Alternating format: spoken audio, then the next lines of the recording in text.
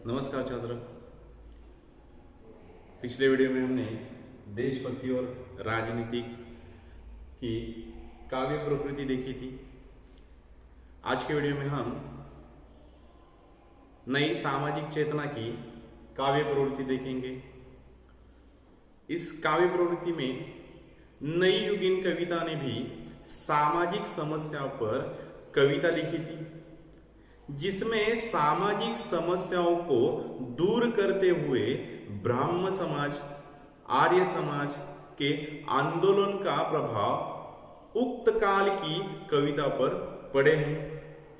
विधवा विवाह का समर्थन, बाल विवाह का विरोध, सती प्रथा का विरोध, छुआछूत प्रति उदारता का दृष्टिकोण, सड़ी गली रूढ़ियों का विरोध करने के लिए मध्यम वर्ग के सामाजिक जीवन का चित्रण कविता में आया है। एक तरह के यह कविता जनवाद की ओर दृष्टिपात करती है। भारतेंदु युग के कवियों को समाज सुधारक के कवि माना जाता है, जिस पर प्रश्न भी उठते हैं। कुछ कवि उदारता का परिचय नहीं देते।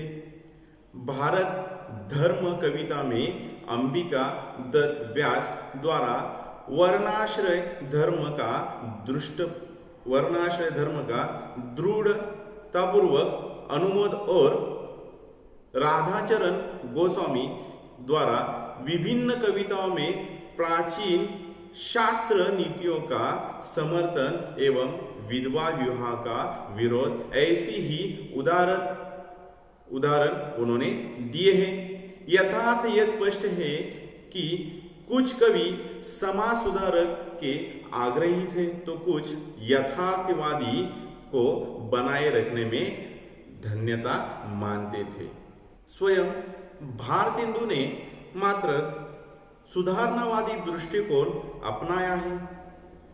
भारत दुर्दशा जैसे नाटकों में वर्ण व्यवस्था की संक्रियता का विरोध उन्होंने किया है। बहुत हमने फैला है धर्म, बढ़ाया छुआछूत का कर्म, इनके समकालीन कवि बाल मुकुंद गुप्त ने समाज सुधारक की दृष्टि अपनाई है। धनियों को संबोधित करते हुए वे कहते हैं कि हे धनियों क्या दिन जिनों की नहीं सुनते हो हाहाकार, जिसका मरे पड़ोसी भूखा, उसके भोजन को धिक्कार, भूखों की सुधि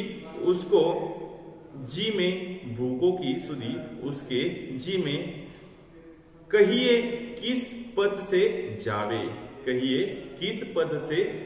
जिसका पेट मिष्ट भोजन से ठीक ना तक भर पाए। वस्तुत आर्य समाज की सामाजिक एवं धार्मिक सुधारण वृत्ति का प्रभाव कुछ लेखकों पर स्पष्ट है, कुछ संघर्ष स्वीकार्य है, कुछ नहीं। ऐसे ही वेद मार्ग छोड़कर मुस्लिम धर्म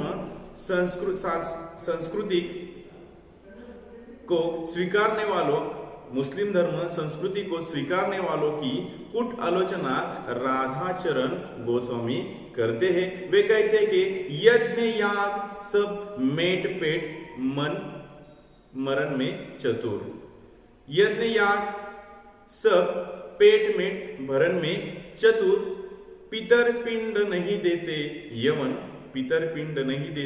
यवन सेवा में अतुर, पड़े जन्म ते फारसी छोड़ वेद मरक दिगो, हा विधि वाम ने सर्वनाश भारत कियो, विधि वाम ने सर्वनाश भारत कियो। हा से स्पष्ट है कि गोस्वामी की व्यथा कौन सी और किस प्रकार की है।